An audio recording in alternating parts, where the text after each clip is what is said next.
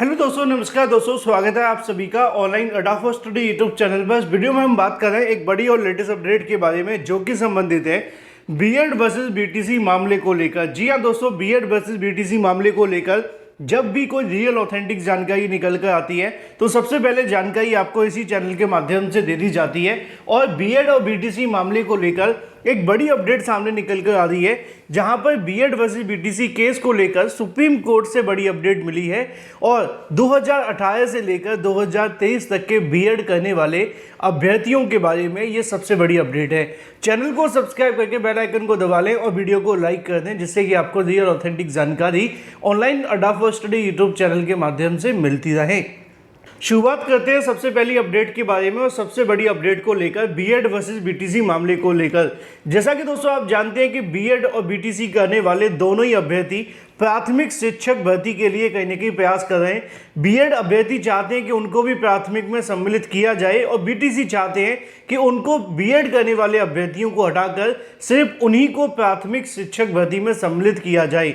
और supreme court ने हुआ भी कुछ ऐसा, क्योंकि सुप्रीम कोर्ट के माध्यम से बीएड करने वाले अभ्यर्थियों को प्राथमिक से बाहर करने का ऑर्डर दे दिया। लेकिन अब सबसे बड़ी अपडेट सामने निकल कर आ रही है और वो ये है कि जो बीएड करने वाले अभ्यर्थी प्राथमिक से बाहर किए गए थे, ये कहते हुए कि जो बीएड छात्र हैं वो प्राथमिक में एलिजिबल नहीं है और इन सभी बीएड करने वाले अभ्यर्थियों को प्राथमिक से हटा दिया जाए। लेकिन क्या बीएड करने वाले अभ्यर्थी खुद से बीएड किए थे? जी नहीं, एनसीटीई ने कोई कोर्स डिजाइन किया था और उनकी कहीं ना कहीं जो नियम थे या जो भी कानून उन्होंने बनाए थे वो उसमें बनाने का जो सबसे बड़ा हाथ था वो एनसीटीई का था। अब किसी बीएड करने वाले अभ्यर्थी ने तो ऐसा नहीं किया था कि हमें प्राथमिक में शामिल कर दो और एक नियम बना दो। जी नहीं, अगर ऐसा होता तो सुप्रीम कोर्ट का ऑर्डर आ जाने के बाद ये दोबारा भी संभव था। लेकिन एनसीटीई ने कहीं ना कहीं इस मामले में बीएड करने वाले अभ्यर्थियों के साथ धोखा किया और सरकार की गलत नीतियों की वजह से आज बीएड और बीटीसी करने वाले दोनों अभ्यर्थी आपस में लड़ने मरने के लिए उतारू हुए पड़े हैं। आपको जानकर हैरानी होगी कि एक ही घर के अंदर एक बीएड करने वाला अभ्यर्थी है तो दूसरा बीटीसी करने वाला अभ्यर्थी है।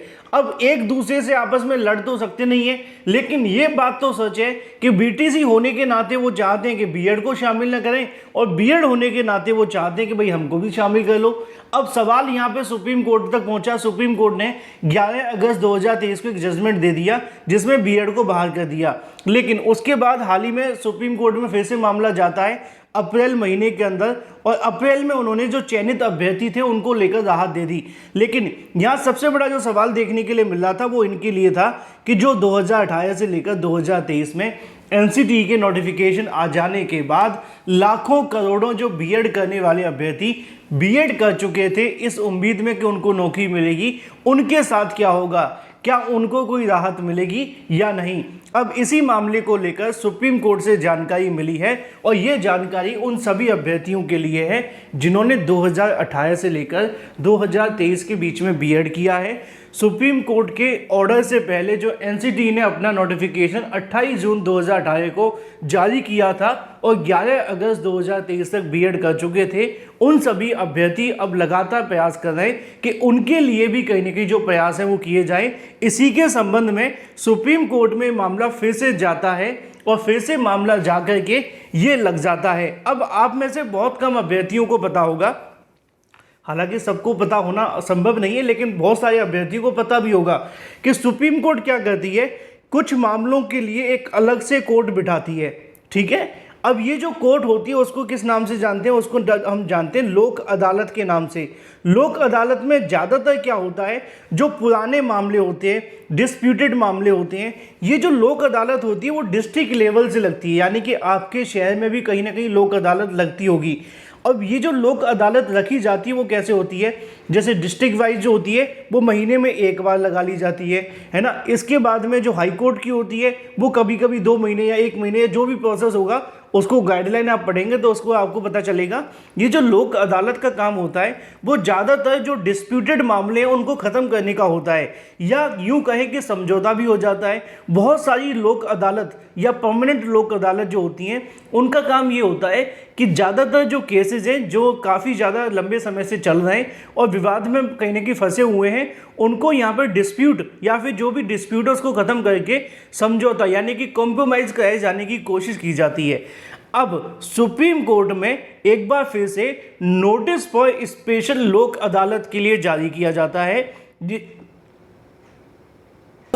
जिसके अंदर सुप्रीम कोर्ट ऑफ इंडिया ने 29 जुलाई से लेकर 3 अगस्त 2023-24 के बीच में इस मामले से संबंधित लोक अदालत के बारे में जानकारी दी है। लेकिन यहाँ पे काम की बात आप सभी के लिए ये है कि 27/6/2024 यानी कि 27/6/2024 को इस मामले पर Devesh Sharma versus union of India के संबंध में एक याचिका डाली गई थी, जिसमें उन्होंने प्रे किया था कि जो भी कहीं ना कहीं बीएड करने वाले अभ्यर्थी हैं उनको इसमें सम्मिलित कर लिया जाए, और सम्मिलित करते हुए जो प्राइमरी में बीएड का मामला है उसको एक बार फिर से कहीं ना कहीं उठाए जाने का प्रयास किया गया था।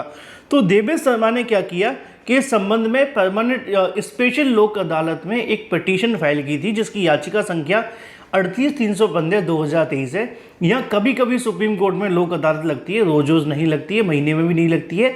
तो 2023 की पिटीशन को अब यहाँ पे सुनने के लिए उन्होंने एक्सेप्ट किया है और ये कहा है, take notice the honourable Supreme Court of India is organising special Lok Adalat week 29 July to 3 August. Your case has been identified to suitable for being referred to and taken up in special लोक अदालत। यानी कि supreme Court of India एक special Lok अदालत का आयोजन कर रही है, और जो देवेश शर्मा ने याचिका दाखिल की थी उसके संबंध में कोर्ट ने पाया है कि आपका केस स्पेशल लोक अदालत के लिए रेफर्ड किया गया है और सुनने के लिए लाजमी भी लगता है। यानी कि उन्होंने इस बात को माना है कि शायद ये केस इसमें सुनवाई के लिए सही भी है और इस याचिका को सुनवाई के लिए लगाया भी जाता है। इसी के संबंध में you are hereby called upon to attend the pre Lok Adalat, यानी कि जो आपको प्री लोक अदालत है उसको आपको जाना है, और इसमें जाकर सुबह 10 बजे यानी कि कोर्ट नंबर अगर बात की जाए 306 के अंदर, जहां पे दिल्ली के अंदर फिजिकली वर्चुअली 27/6 यानी कि कल की तारीख में इस मामले को लिस्टेड करवा के सुनवाई के लिए लगाया जाएगा। कल 27/6/2024 को जब यहाँ पे पक्ष रखा जाएगा, उसके बाद ये डिसाइड होगा कि 29 से लेकर 3 तारीख को जो सुप्रीम कोर्ट लोक अदालत बिठाने वाली है उसमें इस मामले की सुनवाई होगी या नहीं। यानी कि अब एक बार फिर से सुप्रीम कोर्ट में ये मामला जा चुका है।